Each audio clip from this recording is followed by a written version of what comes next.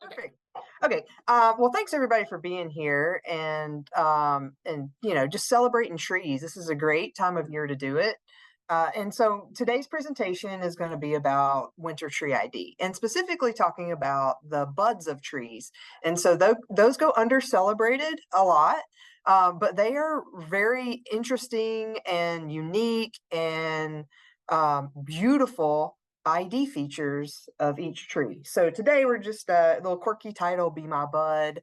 We're going to talk about tree ID with twigs and buds. And so I just wanted to let everybody know who I am. Renee Frith, Director of Horticulture and Sustainable Landscapes here at Bernheim, Arboretum and Research Forest. For those that may not know where Bernheim is, we're about 25 miles due south of Louisville, Kentucky, right off the I-65 South Interstate. So let's just get started. Make sure I can advance this. Okay, so a little bit about me. I always sit in talks and I want to know more about the presenter, like on a personal level, and kind of figure out like, hey, your talk may be interesting, but like I want to get to know you. So here's a little bit about me.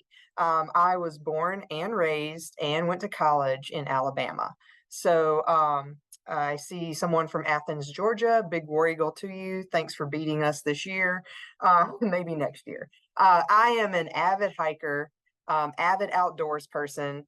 So I've hiked the little red hikers indicate my favorite hiking spots in the United States, but I've hiked many other places. And these little purple hikers are some of my favorite urban places to hike. I think the Northeast they have some amazing urban environments and gardens in their cities. And this is just a great way to get out and see plants, not in a forested setting, but how they're growing in the urban environment.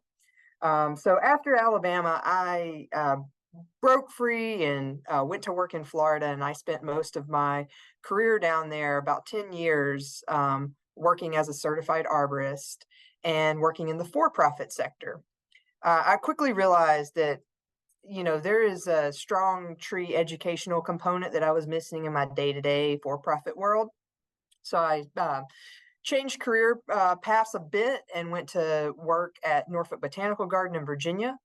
And then after that, I took a director's position at the Delaware Center for Horticulture in Wilmington, Delaware, before moving here in 2020 to Louisville, Kentucky at Bernheim. And so I've been around or near the water most of all of my working career. And this is the first time I've been landlocked. And I have to say, Kentucky is absolutely beautiful. There is so much here to offer in this region. So those that have grown up here are truly blessed. So let's just jump into it. And we're gonna, there's many ways to ID a tree, but today we're gonna focus a little bit about the bark, not much, but more so about the twig. So we want to talk about the leaf arrangement. We want to talk about the terminal bud at the end, what that looks like. We want to focus on the pith. So that's what's inside the twig. And so all of those ID features can really help you. But first, it's fall and dormancy is happening to trees that are deciduous at this time. And so a couple of things happen. And so there's pre-dormancy, and then there's actual dormancy that happens, and then post-dormancy, which is bud break. So we're experiencing right now pre-dormancy. So some of those first signs, the day length is shortening, the temperature is dropping, and it is sending signals to that tree to break that abscission layer, break down chlorophyll, and drop those leaves off of that tree to experience dormancy to set that bud for next year.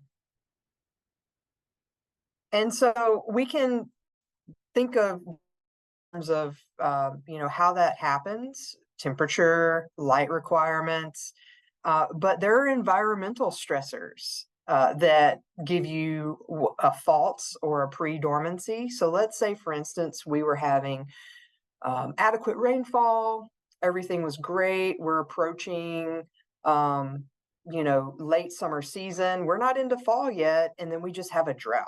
which happens here in Kentucky. And then you can see those leaves start to, possibly quickly turn.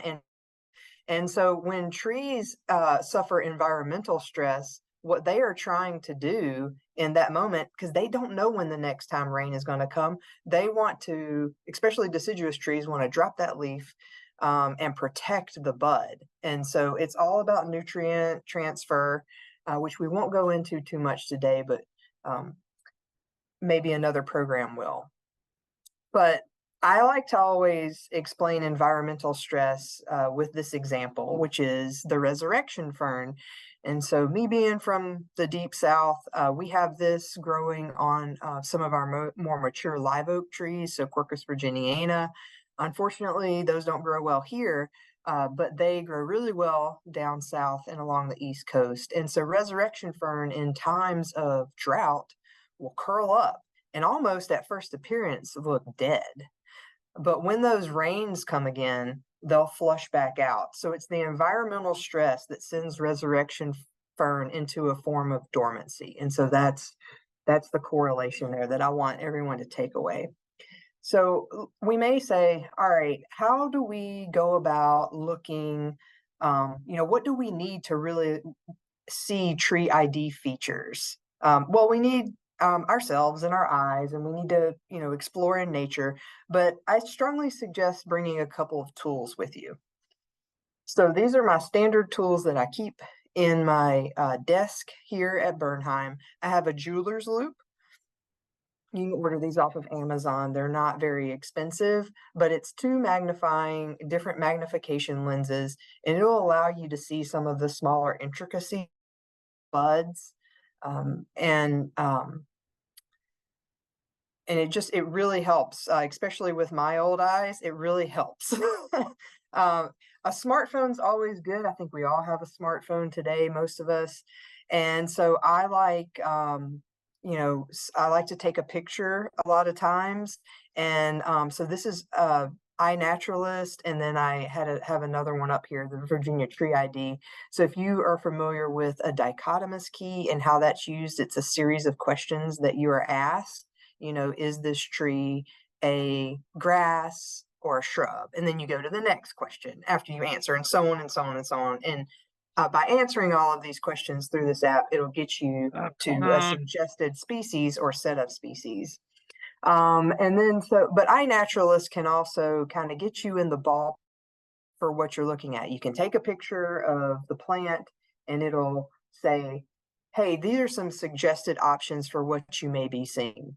It's not all, but it'll get you in the ballpark again. I like to take a set of pruners out with me when I'm doing winter tree ID, because like we talked about in some of the first slides, there is inside the twig, there's a pith. And those piths, we'll look at a little later, look different based on species. And so that can be an ID feature. And so you would need those pruners to shave away some of that cambium layer to get down to the inside of that twig. And then if you are just not sure at the end of the day, really, really what you have, I always like to keep Ziploc bags with me, and I'll take a sample with me and I'll bring it back to the office, or I'll take it to the extension service and say, hey, I am just not 100% sure. Can you help? It is always a-okay to ask for a second opinion. So when we start to do twig ID, we want to learn the key anatomy features. And this can be overwhelming to look at, but I want to touch on some key features that you can easily identify when going and looking at a twig. So the terminal bud. So terminal, think of the top, the leader, and so like that's the first bud you see at the end of the twig. Bud scales are not always present, but they can be present, and so they help protect that terminal bud. And so lateral buds just are that. So they are after the terminal bud, and they could either be opposite or they could be alternate, depending on the style for that species. Lenticels are just they look like little tiny dots just in this picture. And they allow for some gas exchange through the twig, because keep in mind, even though there is no leaf on that twig, the twig can still have some photosynthetic value. And then the leaf scar, which is right below the bud, that is where the leaf used to be. And so you have the leaf itself, and then the stem from the leaf that attaches to the twig. And so once that deciduous tree drops its leaf, it leaves a leaf scar behind, and that leaf scar has different patterns in it. And so they're like bundles, bud scale scars, bundle traces, and so you'll look at those patterns. Now we know that in between each bud is the internode, and the node is the section right at the bud, and we can see that on the diagram here. And then, as I have been describing, the pith. We'll talk about, if you'll notice, there is a arrow that says ring of bud scale scars. All right, so that is something very interesting, and this is how you age a twig. Look at the bud scale scar. So you follow the terminal bud back to the first bud scale scar, and then you measure that from the terminal bud back to that scar, and that is how much that particular twig has grown that year. And then if you take multiple measurements and average those out, you have a general average of how many inches and or feet that tree grew outward that year. So it's pretty interesting. There can be thorns and spines. On branches, and those can be ID features, but not every tree has thorns and spines. So let's talk about some of the types of buds. So we want to first look at location and morphology, meaning what do they look like? So location's easy. We know the terminal. We can all find that. And so there can also be adventitious buds, and so those come more so from the root. So think of something like a sucker that comes off of the roots. So that would be adventitious. And then morphology is really what it looks like. We're going to look at more of these in detail, so don't worry. But you can have scales. They could be capped or covered. There could be pubescence or hairs on them. And then they can also be naked, which means they have no covering at all. So we've talked a good bit about the terminal bud placement. And so that's the apical bud, or the top dog. That's the top dog bud.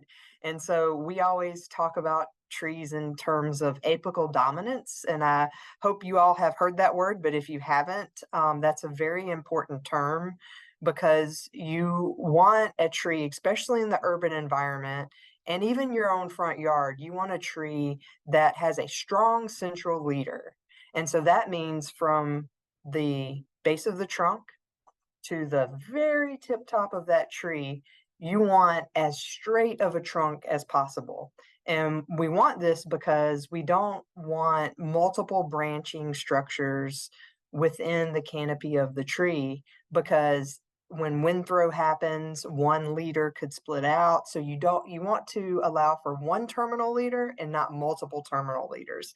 And so watching that terminal bud can give you an indication of who's in the lead, and then you can take pruning measures to reduce the other competition that is not in the lead. And so we talked a little bit on the previous slide about what each of the morphology looks like. So let's get into a little bit of fun. So terminal bud. This is, as you can see, right out at the end of this bud, it is prominent and shiny, and it has what looks like scales on the end. And you can see down below it, there is a lateral bud, so that's laterally out to the side. You can see on this twig the lenticels along the twig. And then, so I will say, like, I used to do this program in person a lot, and I would hand out twig samples to say, like, do you have a guess of who this could be? So if you happen to know who this is, I'll give you 30 seconds to throw the name of this tree in the chat. And I will say it's a very unique white bloom that has a bract. Dogwood's a good guess.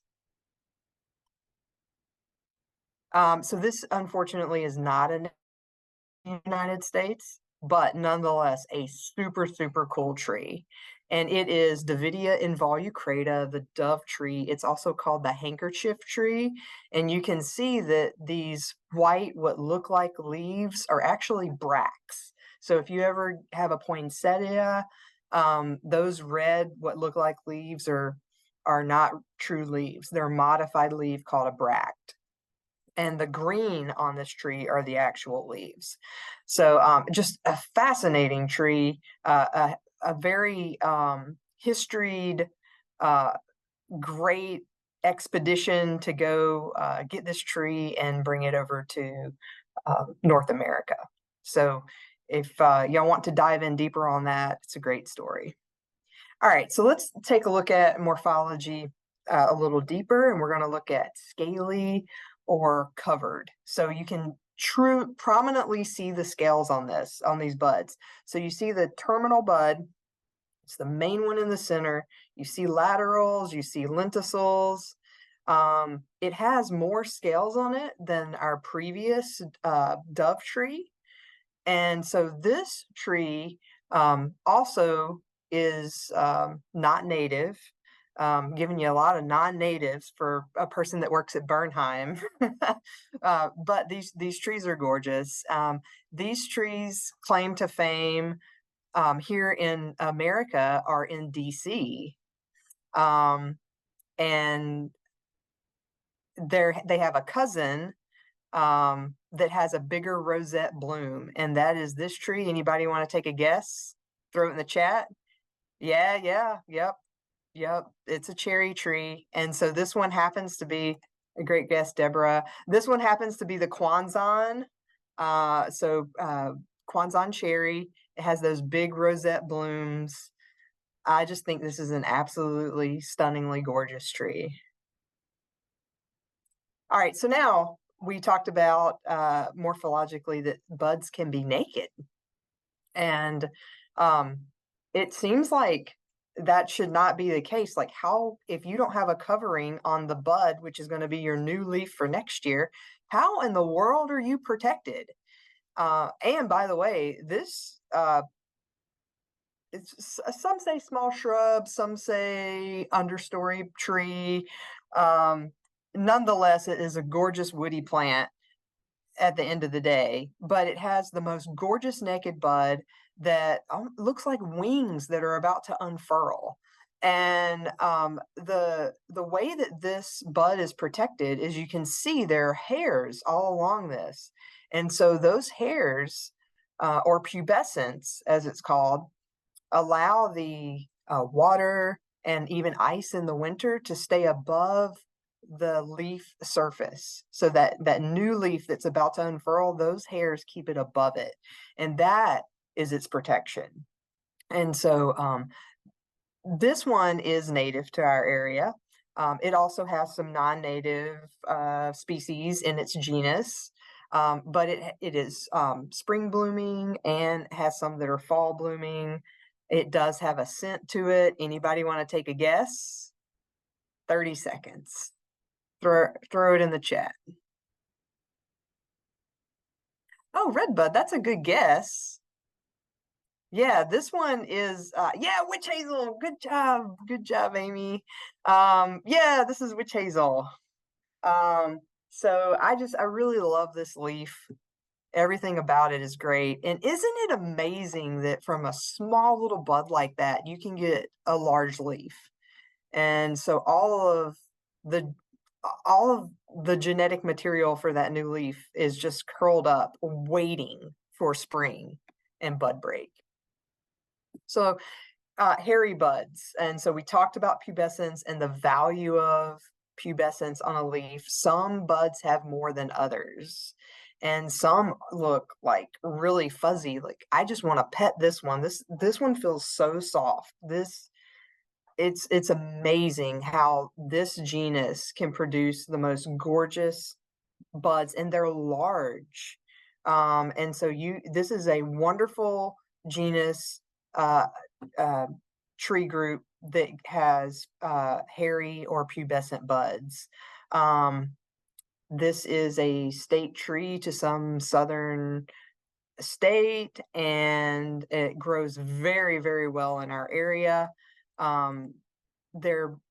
This genus is both evergreen and deciduous. Yeah, magnolia. Okay, sorry, I just pulled up the chat as I was describing. Yeah, great, Deborah, magnolia. And so this one just happens to be the star magnolia, but all magnolias are pubescent in nature. And so whether that's the saucer magnolia or like this, the star magnolia, or any hybrid there in between. So you'll have some pubescence on the leaf, even Magnolia macrophylla, or big leaf magnolia. Types of buds are very interesting, and we'll talk about in terms of status and function. So status is, what are they doing? And function is kind of, how do they act? And so let's take status first. So they could be an accessory bud. And so this is, let me just go back on the slides a little bit, because this is a great example of an accessory bud. You can see on our Kwanzan cherry, we have that true terminal bud, and right off to the side of it, that's an accessory bud. And so it's a little bit down from the terminal. It doesn't share the lead of the terminal. It just sits off to the side. And so think of an accessory as like, it's your helper. So what if something happened to the terminal bud? Don't worry, the accessory bud's got it covered. It's almost like a backup plan. Kind of neat. And so then there are resting buds. And so these are buds that just lay dormant, and there could be a trigger that could activate them. So most likely triggers that activate resting buds are pruning. So if we needed to trim back a tree or shrub, that next bud that was dormant will then be activated through the meristematic tissue and say, okay, now it's time for me to shine. Now it's time for me to be the terminal bud. Dormant or latent buds, these are just buds that haven't popped out yet. And so these a lot of times can come from stress. So let's say, for instance, we injure the root system of a tree, and or we like maybe break off a branch. Oops. And then the tree will say, okay, I've had some injury to me. I'm going to send up a sucker, and or I'm going to have some bud break to try to repair the damage that was just done. And then pseudo-terminal bud, this is an interesting one. And there is a genus that we're going to look at that has awesome pseudo-terminal buds that I just think are wonderfully gorgeous. And so pseudo-terminal is just, they're trying to both be the terminal bud, but they just can't quite figure it out. So it's like they're on a teeter-totter at the top, and we'll take a look at that in a second. So let's talk about the function of buds. So vegetative. So vegetative is the leaf, all right, and reproductive is what starts out as the flower, and then after pollination becomes a seed, an acorn, or a fruiting structure. And then you can have mixed, which are example is a great, apple is a great example of one that is mixed. And so pseudo-terminal, and this is exactly what I was just describing. So you've got one, and you're like, I'm not really sure who the leader of this is. And so it lets you know the growth direction of what's about to happen when bud break. So you can clearly see that there are going to be two pseudo-terminal leaders, And so there's going to be two branching structures off of the end of this one twig. And so it can kind of give you like some foresight into how your tree is going to look at spring flush. And so this species of tree, it blooms extremely early, and dormancy here in Kentucky for most of these species starts in early July, and can be completely dormant or deciduous that by the end of like August or September. So most of this genus has already dropped its leaves here at Bernheim. And so there is a football team that has has this tree as its fruit as a, or sorry, its seed as a mascot. Any guesses on what this genus is?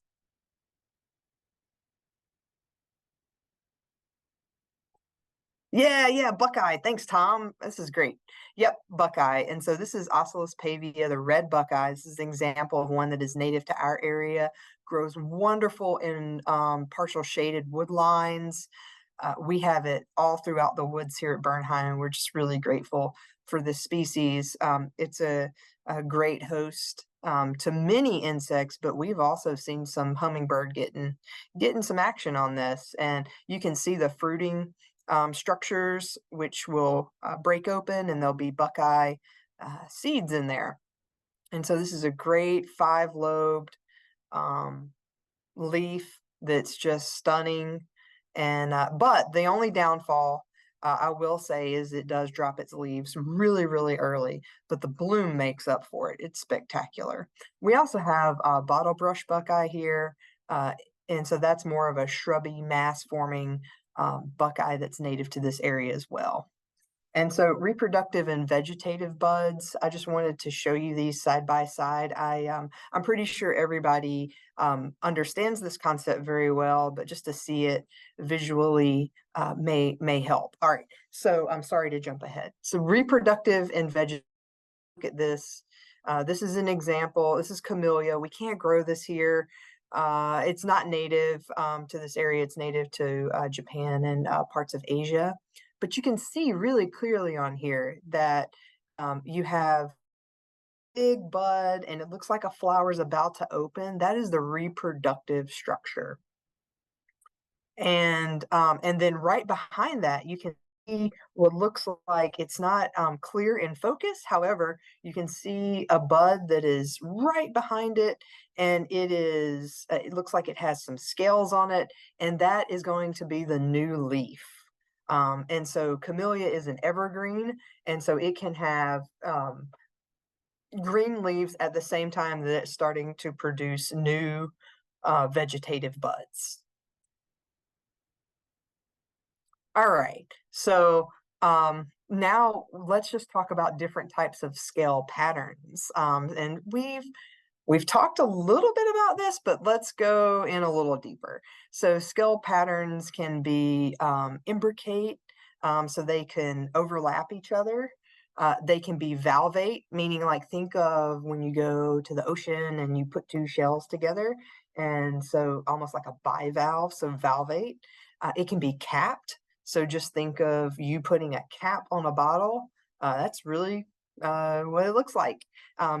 Naked, we've already talked about this with the witch hazel, and then hairy or pubescent, we've talked about this with magnolia. Some other benefits to the fuzzy buds, other than the winter dormancy part, is in that right before bud break, early and or very sunny times in the winter, because there can be really sunny times in the winter, it helps reflect some sun. So it keeps a little bit of sun off that bud from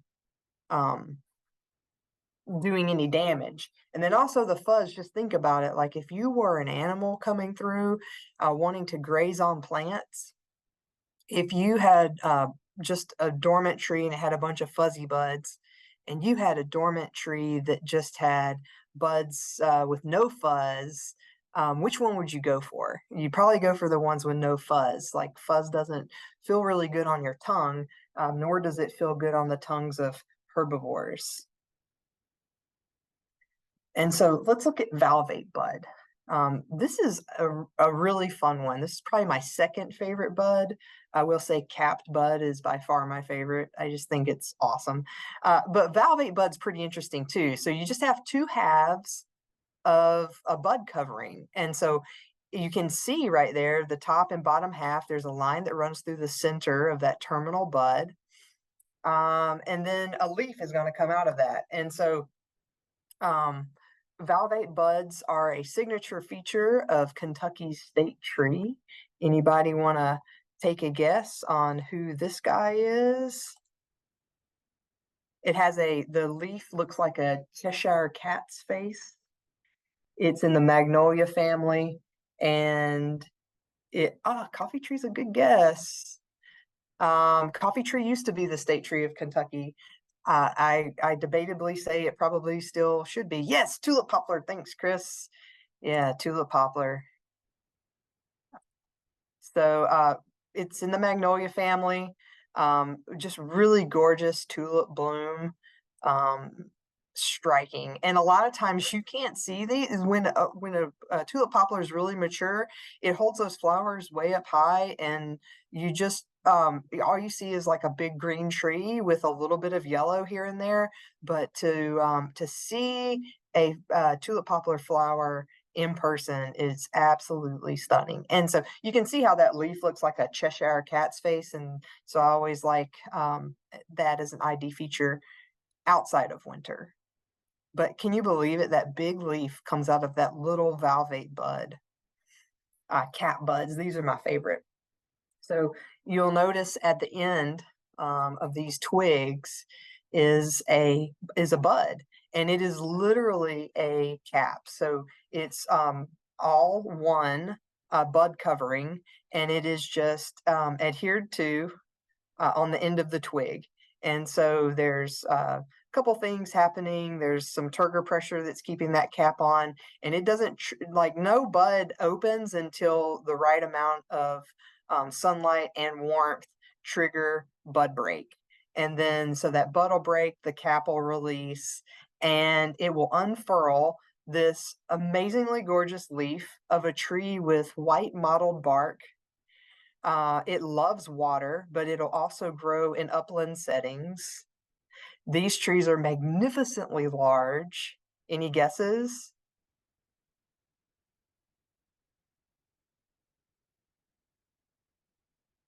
Birch is a great guess. Willow is also a really, really great guess. So hopefully I gave enough ID features to get you to see. Yeah, Amy, thanks. Sycamore. Yep, sycamore. Platanus occidentalis. Really wonderful native tree in the Northeast here. And so the bark is absolutely stunning. Like the older it gets, the whiter and more mottled that bark becomes. And it's just awesome. So capped bud feature is the ID feature for twigs in winter for sycamore. And so like I wonder, like I hope your head's not hurting right now. I hope we're going at a managed pace and having a little fun with these ID features. So just like let's take a breather. There's a lot of information. This is also recorded, so you can go back and visit it as much as possible. All right, so let's keep moving forward. We talked about bud arrangements, and so these can be opposite, which means right across from each other, alternate, which is a little offset up and down the twig, world, which is we have multiple ones, so mostly 3, all at the same point on the twig, and then sub-opposite. So this isn't like a true opposite, it's just a little offset. So think sub-opposite, think of like pseudo-terminal, but like sub-opposite. All right, so leaf scars. These can be a little intimidating, but I like to think of it as art. So this is twig art, and each bundle scar and leaf scar can look a little different. And so the leaf scar is think about the hole. So if you follow that blue line around, that is the leaf scar. That is where the end of that leaf dehisced or separated from that twig. And so what happens is when you reach dormancy, there's an abscission layer between the twig and the end of that leaf stem. And so the abscission layer breaks down, and once it breaks down, the leaf will then dehisce and or separate and fall off. And so what it'll leave you is some bundle scars. And so the leaf scar has many different shapes, but the bundle scars, the number of them can also lead you to ID. So there could be 3, or there could be 5, or even sometimes up to 9. And so what these bundle scars do is they act as transport, nutrient transport from twig to leaf. And so let's go back to tulip poplar for a minute. We all know what this tree, we're very familiar with this tree here in the United States. And so there is another feature of tulip poplar, and they have stipules. And so stipules, it's just a modified leaf essentially. And so there's not 100% surety exactly what that stipule does, but there is some speculation that it helps protect as that leaf unfurls and or helps protect that bud. However, when it falls off, it leaves a stipule scar as well. So if you can see in that little picture of the twig on the left-hand side of the bigger picture of the leaf, you can see the twig itself, you can see the bundle scar, or sorry, leaf scar. You can see the leaf scar with the bundle scars in the middle. And then around that, there is a line. And so that was where the stipule once was, and then during dormancy fell off. Now, not every tree has a stipule, but tulip poplar do. And so if you know that, that is just a reassuring and confirming ID feature for tulip poplar. So let's talk about the pith. And this is where you get your pruners out and you can do some whittling or shaving. So really what you want to do is you want to look inside of this twig. And so your twig could be solid, meaning it just looks like wood all the way through. There's no hollowness. So if it's hollow, there'll be hollow inside, which is the 4th example in this row of examples. There could be a chambered, so that means there's little lines, but inside those lines, it's hollow. So it's not completely hollow, it just has chambers. And then continuous diaphragm it looks like there's chambers, except for they're filled. So they have parenchyma tissue in them. They're not completely devoid. And then I always love spines, thorns, and prickles. I think these are very, very interesting features. They serve many purposes. One is defense mechanism for that tree.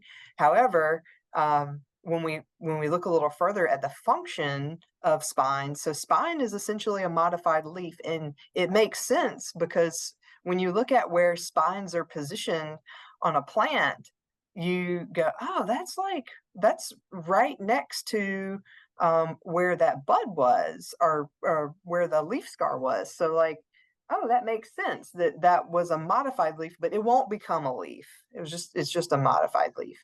And so, but it is sharp.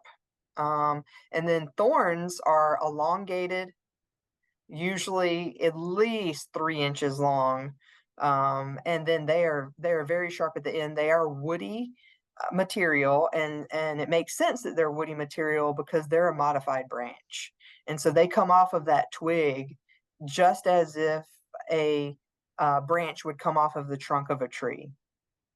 And then prickles, these are just like epicormic growths. You can snap these off. And so I always, you think of you hear roses have thorns. Well, they actually have prickles. So a thorn is a modified branch. Roses don't have modified branches. They have epicormic growth that are called prickles. So you can, and these will literally just snap right off. And so that is the difference. You can't just snap a thorn off. You'll end up breaking the twig. Whoops, sorry about that. So we talked a little bit about this in some of the beginning slides, but let's talk about aging a twig. And so if we want to know how much our tree grew on average, we could, we can always just look out the window and say, yeah, I think it's getting taller. But for those that really love data like myself, I want to know for sure. And more so, I want to know how much. And I like to record that. So here at Bernheim, we have some trees that we monitor more closely than others, and some that we do this type of measurement on to ensure that in times of drought, in times of environmental stress, we want to monitor their growth and see if it has a direct correlation to the environmental stressors that we have seen. And so when you look back over a decade or 2 decades, you can say, wow, like the growth rate of this tree correlating to what environmental stressors were happening at the time, man, that that could really have some long-term effects on the species. And so it allows you to dive deeper and ask more questions. So if you just want to go out and say, like, how much did my tree grow this year? You can go to that terminal bud. You need to do this in the winter though, during dormancy. Go to that terminal bud, measure back from the terminal bud to that first scar, and do this multiple times. So if you have a tree that is, let's say, has been in your yard, of for already 20 years, then you're going to want to take multiple samples from as high up as you can reach, all the way to the bottom of the ground, because you may get different growth rates depending on sunlight, and where it's placed in your yard. And then you can take an average of however many samples that you've taken, and then that would be your average growth rate for that tree for that year. All right, so I hope now that we've talked a little bit more about some additional ID features, the puzzles are kind of getting in the right place, and you're getting really jazzed up for the winter and getting all your tools ready to go outside and do some ID features on trees. But if you also want to take additional information out with you, you can put all your tools in your backpack, along with what I think is one of the best books for the Kentucky region. It's The Woody Plants of Kentucky and Tennessee, and this is a great dichotomous key that you can use to help you identify what you're seeing in the landscape. So I'll just leave that up there for a second in case anybody wants to take that information down.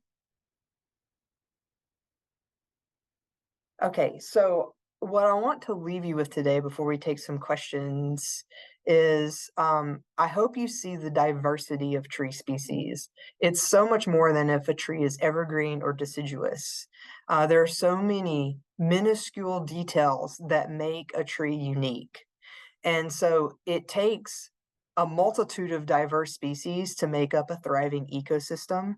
It takes, just like it takes a lot of unique outlooks to make a city or community thrive. And so we as humans are no different than nature. We need good, unique input in order to have a great experience living our life.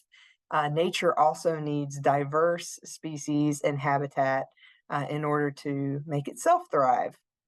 And so it is our goal as humans to not be a negative impact on that environment, to allow native species and native plant communities and habitats to flourish unimpeded.